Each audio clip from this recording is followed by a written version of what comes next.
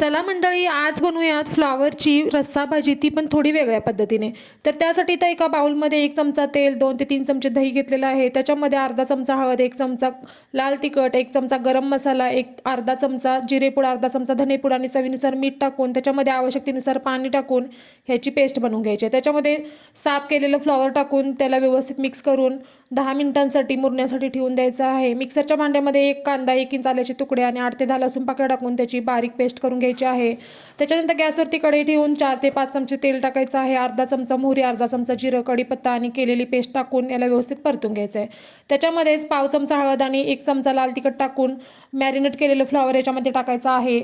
तेल सुटल्यानंतर त्याच्यामध्ये आवश्यकतेनुसार पाणी टाकून थोडीशी ओली कोथिंबीर टाकून परतून घ्यायचं आहे आणि झाकण ठेवून छान फ्लॉवर शिजवून घ्यायचं. झालं की नाही, आपली चमचमीत आणि चविष्ट अशी फ्लॉवरची रस्सा भाजी तयार. नक्की ट्राय करा, खूप छान लागते. आणि रेसिपी आवडल्यास चॅनलला सबस्क्राईबसुद्धा करा.